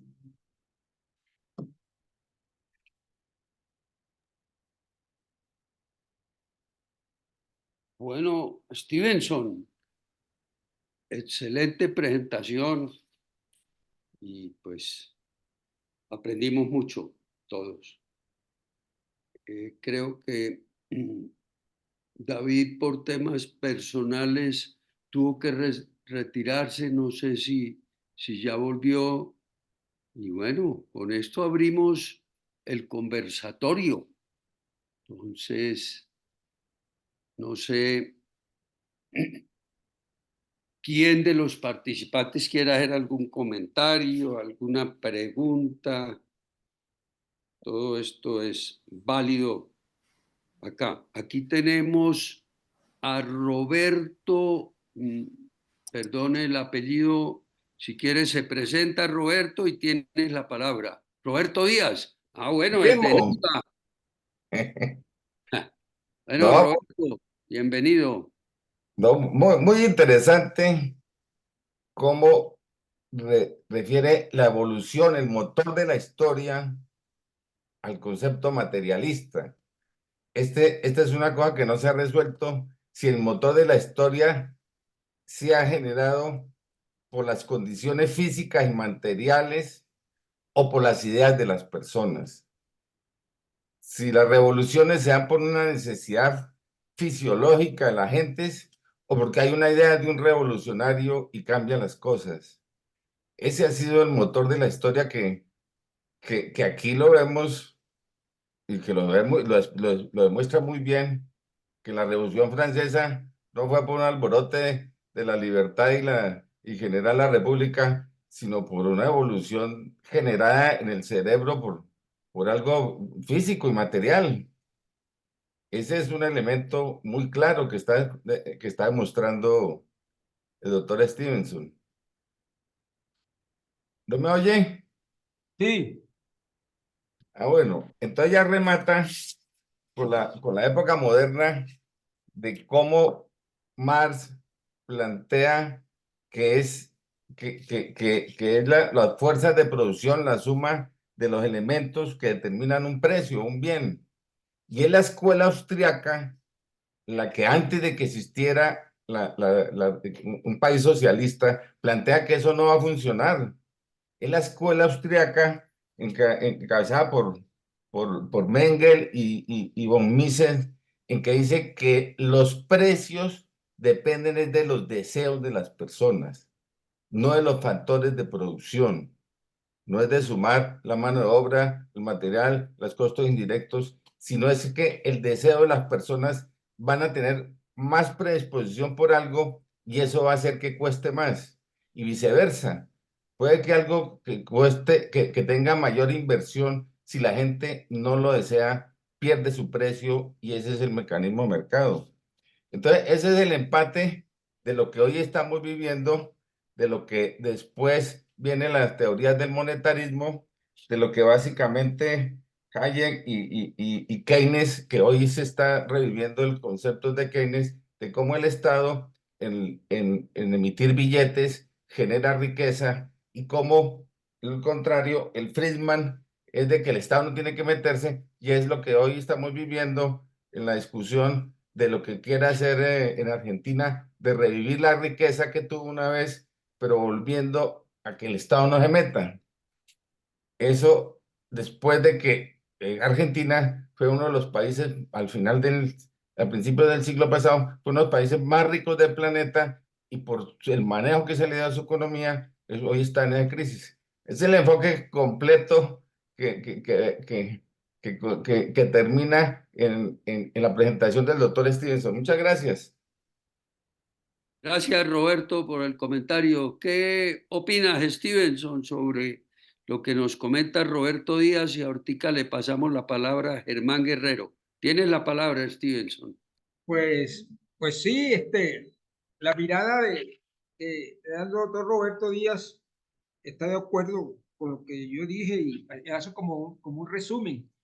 Y sí es cierto que la gente de Austria del siglo XIX fueron los impulsores de esta teoría del liberalismo, con von Hayek, con von Mises, con Karl Popper.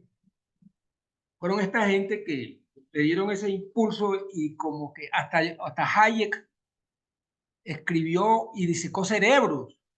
Hayek alcanzó a disecar cerebros.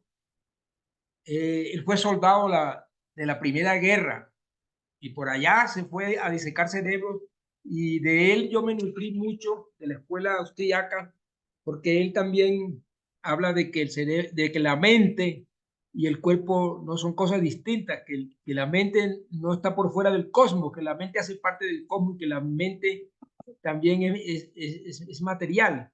Entonces sí es cierto, pero esa gente pues se dedicaban más a la economía pura, pero yo no sé por qué este señor pensando ya como estoy pensando yo ahora, y eso fue a mitad del siglo pasado, él estaba hablando del orden sensorial, se llama así una cosa que él escribió, el orden sensorial, tratando él de decir estas cosas, pero lógicamente que tenía pocos elementos, como ya los tenemos ahora. Disecar cerebros, usted sabe, profesor, que eso uno ahí no va a ver nada, uno no va a ver el espíritu ahí, ni va a ver los instintos, las emociones, ves un poco de sustancias ahí, pero él lo intentó tratando de hacer lo que estamos haciendo ahora en este siglo XXI. Gracias, Stevenson. Le pasamos la palabra al doctor Germán Guerrero, quien hace parte de la Junta Directiva del Colegio Médico Colombiano. Tienes la palabra, Germán. Buenas noches a todos. Gracias, doctor. Sí, eso yo lo veo, el término del gen egoísta lo veo desde otra perspectiva, leyendo algunos paleontólogos, es en el sentido que el gen tiene una lógica interna que no permite cualquier posibilidad, solamente una. ¿Y cuál es esa única? La muerte. Desde ese sentido, los genes, para ellos la perfección es la muerte, porque estimula en la evolución lo que le facilite su permanencia y su intercambio genético. En ese sentido, si el ser humano fuera inmortal, entonces los genes perderían relevancia. Y por eso es que los genes son egoístas. ¿Qué opina, doctor Stevenson? Los genes son inmortales. Ellos no se mueren, nos morimos nosotros. Ellos brincan a la otra generación. Yo tengo genes de quién sabe de cuántas generaciones atrás. Pues si tengo genes de cucaracha y de gusano, se viene evolucionando. Por eso es que Dawkins dice que nosotros somos los portadores, el vehículo. Nosotros somos cuerpos desechables. Ellos brincan de generación en generación. Ahí va mi premisa, Stevenson. Si fuéramos inmortales, los genes perderían relevancia. Ya. Es filosofía. Pero está bien. Está bien. Estamos filosofando.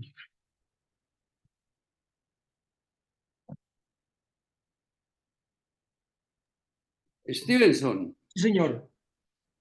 una pregunta sobre la relación de los genes con el amor.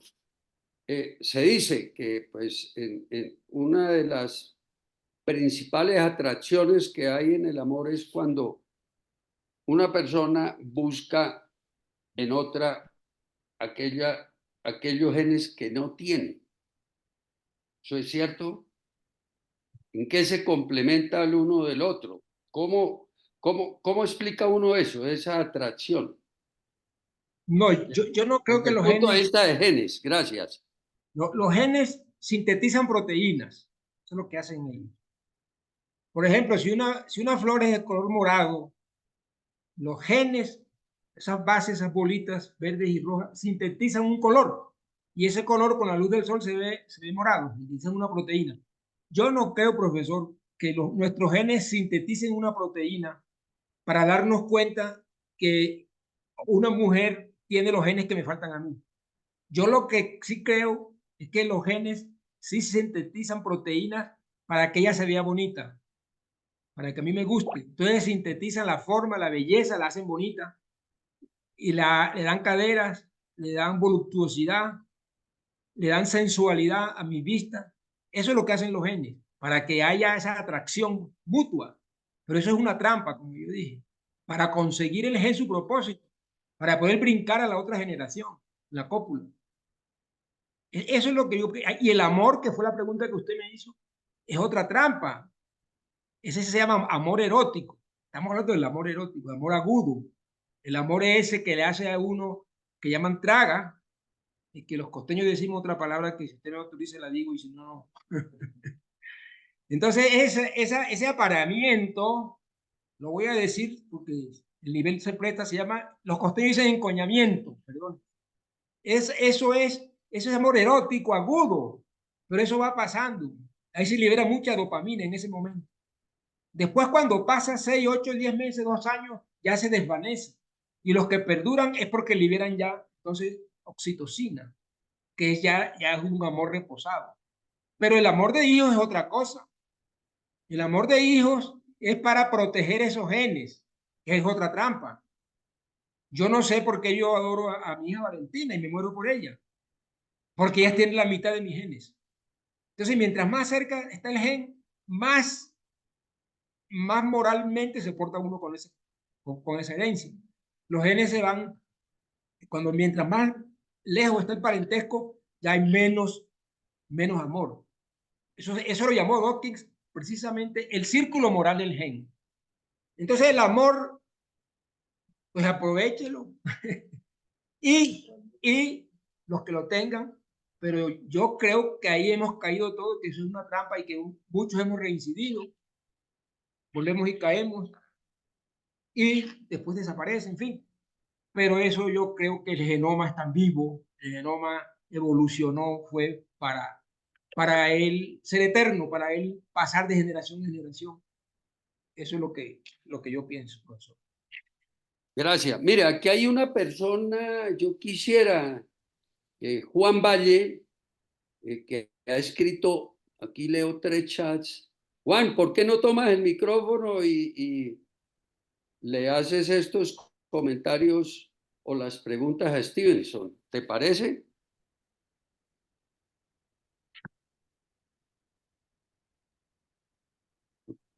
Hay una que dice Stevenson: ¿será que equilibrando genéticamente la actividad y el tamaño entre el núcleo cumbens y el amigdalio, el mundo podría ser diferente?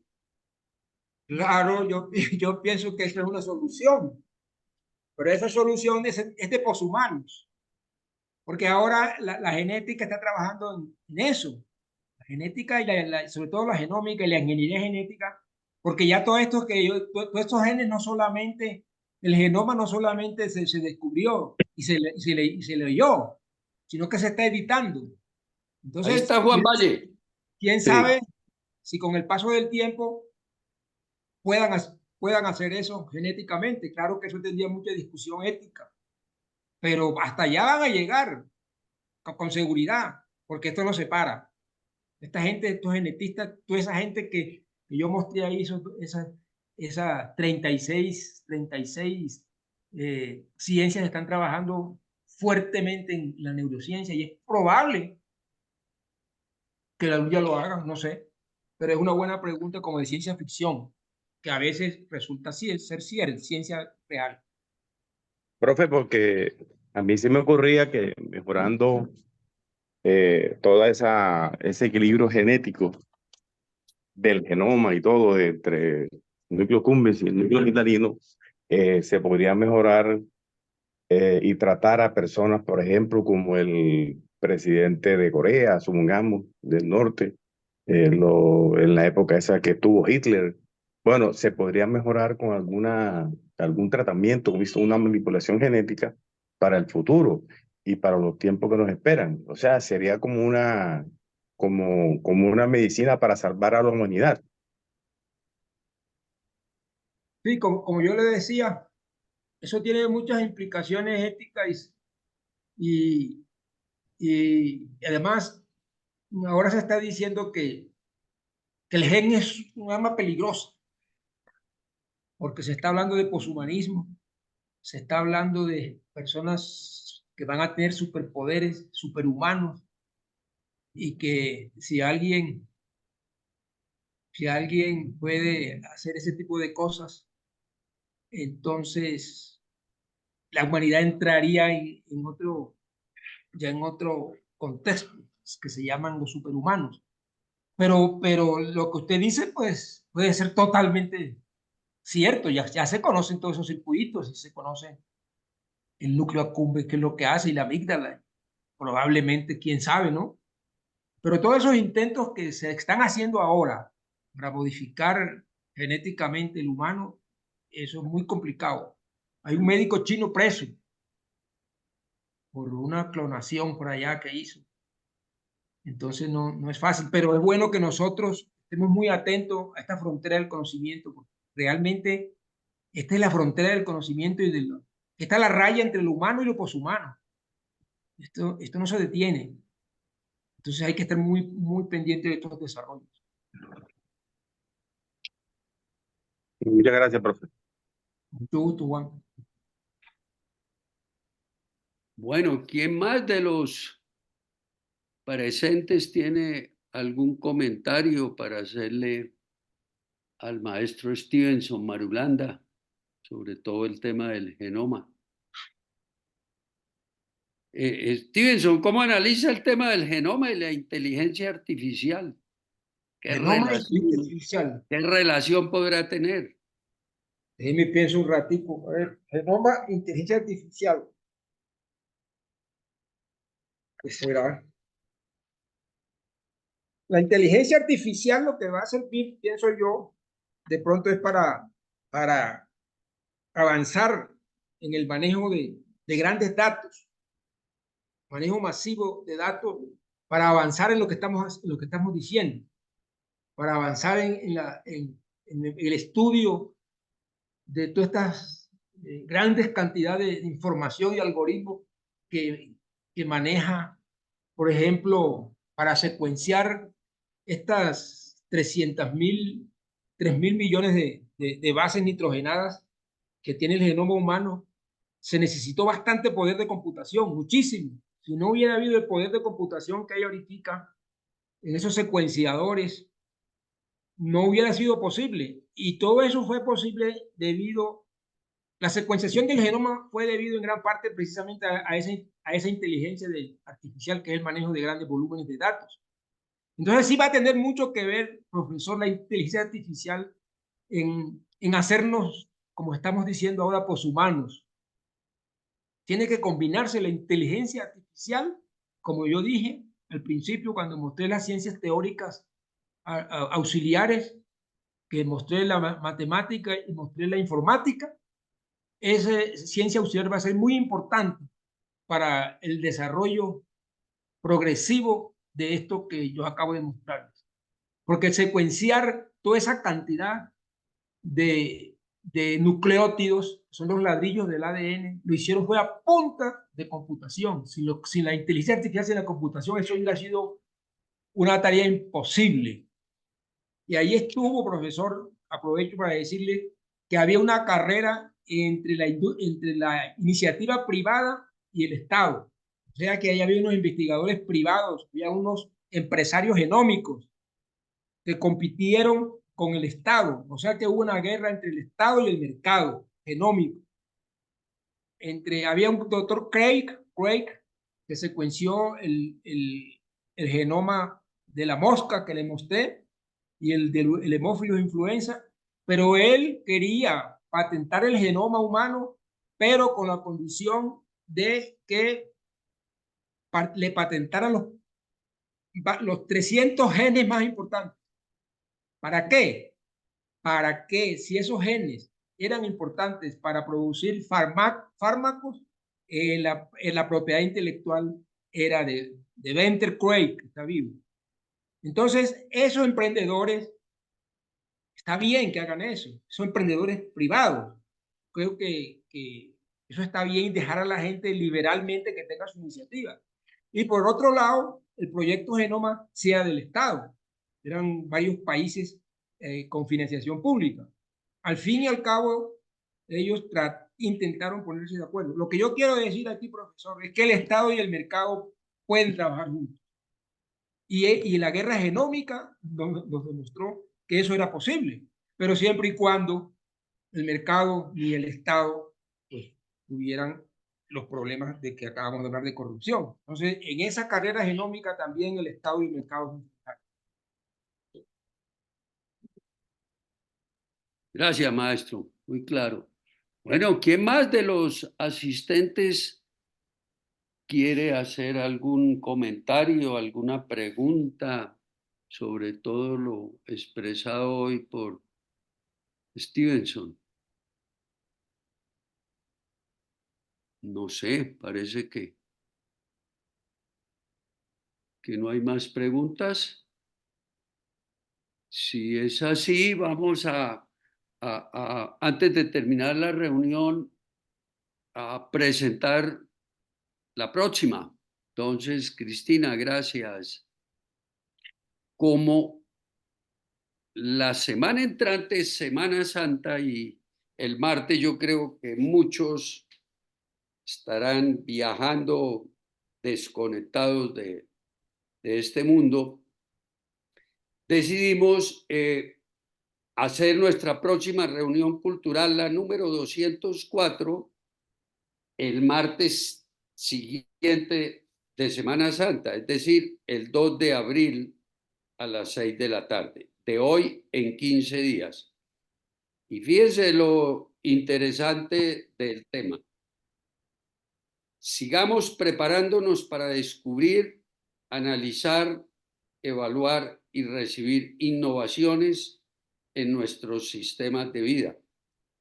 El invitado es Héctor Murcia, que pues, ahí les envío todo su currículum vitae, y el comentario nos lo va a hacer el académico Manuel Galindo, eminente anestesiólogo de este país.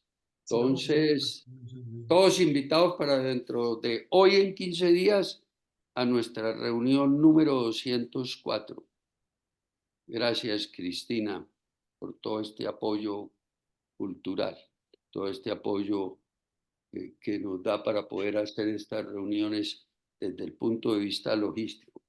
Bueno, si no hay más comentarios, estaba viendo si hay algo más escrito en el chat, pero tampoco lo veo.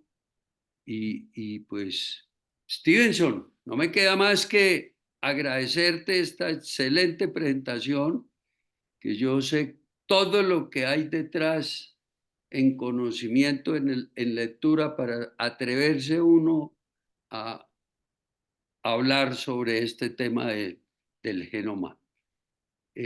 No sé, Stevenson, ¿qué comentario final nos dejas antes de cerrar? El comentario final, yo pienso que es que si no nos ponemos las pilas como humanidad y dejamos que el genoma siga haciendo lo que quiera, que no se controlen esas ansias dopaminérgicas, poseer y poseer y poseer, la tierra, que es nuestra placenta, no va a alcanzar. Yo estoy de acuerdo con la libre empresa, con la libre iniciativa privada, pero eso tiene un límite.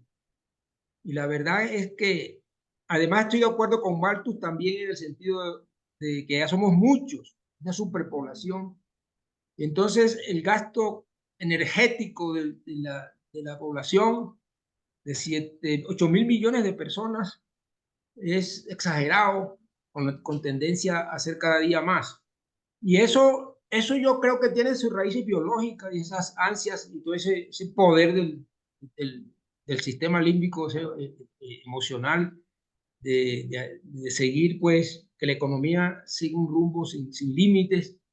Yo creo que eso vamos a tener problemas como especie, como humanidad. Y la idea de estar yo estudiando precisamente estas cosas es porque no se puede gobernar lo que no se conoce. Entonces, si nos conocemos más, como dice, conócete a ti mismo, decían los griegos, si nos conocemos, entonces de pronto podemos con seguridad, y tengo la esperanza de que así sea, podemos parar esta carrera alocada que lleva a la humanidad y que lleva a su propia destrucción por el armamentismo, por todo lo que estamos viendo inclusive ahorita mismo. Y ese fundamento es la biología de lo que estamos hechos nosotros los humanos. Por eso quise hacer esto y voy a seguir reflexionando esto, a ver hasta dónde llegamos.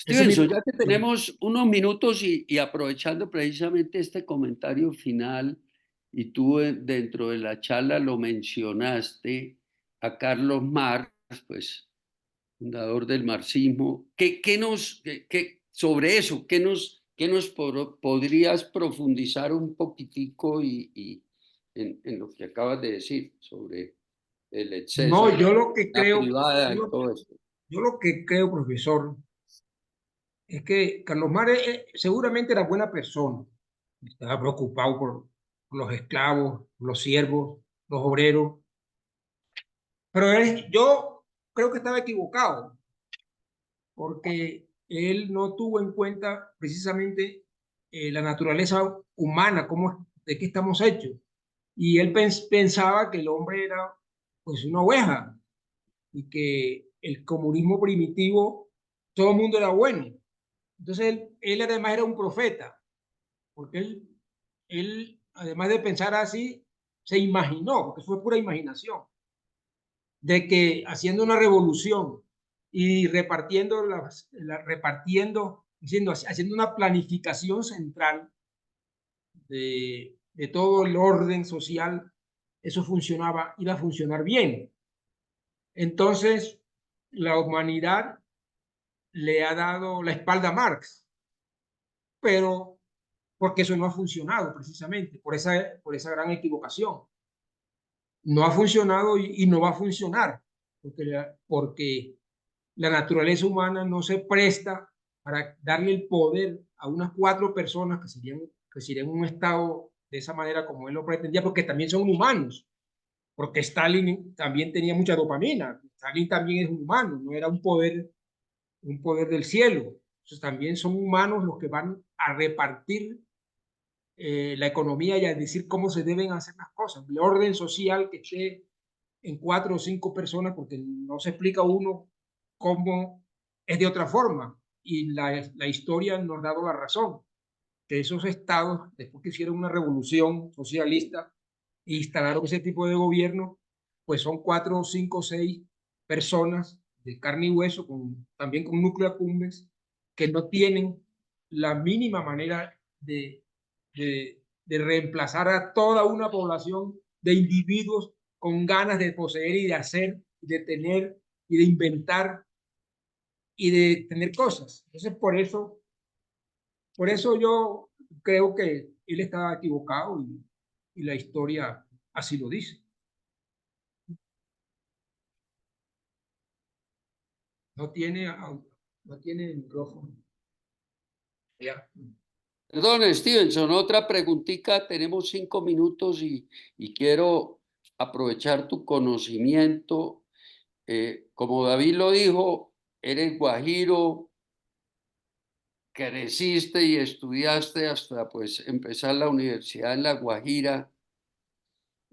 Has vivido y en Bogotá, como lo dijimos en tu currículum vitae, una especialidad como la cirugía la has desarrollado con todos los honores, en todos los sentidos, lo puedo decir. ¿Tú qué crees, Stevenson, aparte del genoma, por qué ese atraso en el desarrollo de esa región donde a mi criterio, pues regalías han tenido por el tema del carbón y bueno, ¿qué crees? ¿Qué crees que ha sido, perdón el término, el karma que ha vivido La Guajira para estar en ese tan grande subdesarrollo? ¿Cómo lo analizas dentro de tu formación como médico, como abogado, como pues todo? ¿A qué crees que se deba eso? Esa era mi pregunta. Un poco Esa diferente a pregunta, la charla, profesor, pero quería hacértela. esa pregunta, yo quizá le voy a decir como le dijo Vargas Llosa a Axel Kaiser. Cuando Axel Kaiser le preguntó que si una dictadura era mejor que otra, refiriéndose a la dictadura de Pinochet y a la dictadura de Pinochet y a la dictadura de Fidel Castro, ¿de cuál era mejor? Y a Vargas Llosa le dio rabia y le dijo, ninguna dictadura es mejor, todas son malas, así sea de derecha o de izquierda. Lo que le quiero decir, profesor, es que yo no le quiero contestar esa pregunta, porque no quiero herir susceptibilidades.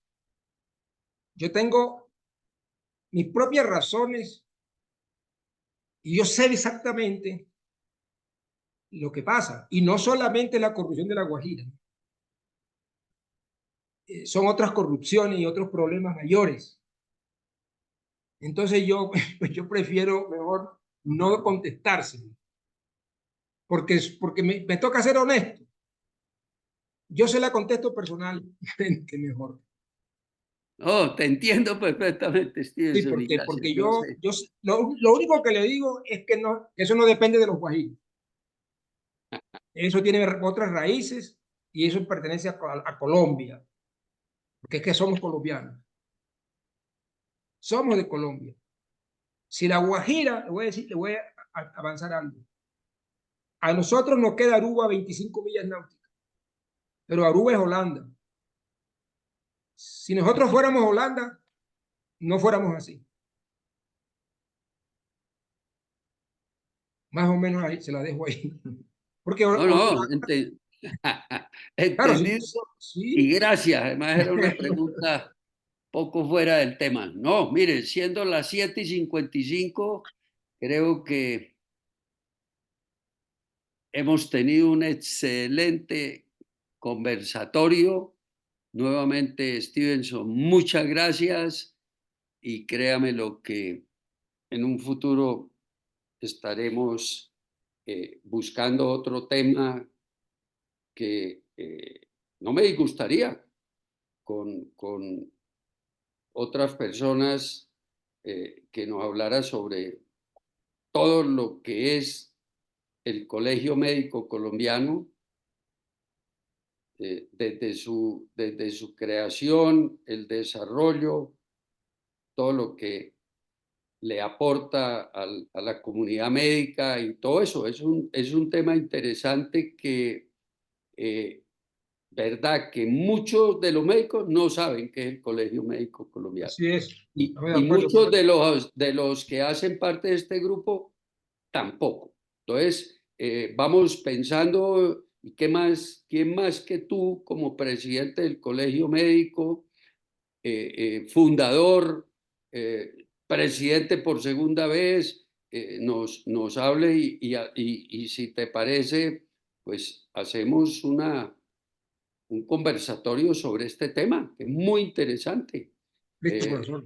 Hacia dónde va todo lo que sabemos, porque pues yo ahí cuando me has necesitado he estado cerca tuyo y sí me gustaría, ¿verdad?, que la comunidad sepa de boca tuya. Si tú quieres, invitas a otros miembros del Consejo Directivo, pero es un tema interesante. ¿Qué es el Colegio Médico Colombiano? ¿Cómo se fundó y hacia dónde va? ¿Te parece? Bueno, otro honor que nos hace, claro que sí, profe. No, lo hacemos, y es un tema cultural de Colombia, porque pues yo sí doy fe de lo que es el Colegio Médico, lo que aporta, todo, pero es que es bueno que la comunidad lo sepa y lo divulgue. Bueno, 7:57 de la noche, muchas gracias, y ya nos queda este temita y le buscamos. Listo, profe, cuente con tengo eso. todo, pero para mayo lo podíamos hacer. Listo, lo hacemos. Bueno, gracias, maestro. Gracias, profesor. Hasta luego. Gracias a todos los asistentes y especialmente Cristina por todo el apoyo logístico. Buenas noches y nos veremos de hoy en 15 días. Muchas gracias, doctor. Feliz noche. 2 de abril. Descansen. Gracias. Tengan una buena Semana Santa. Recen y descansen. Gracias. Gracias. Bueno.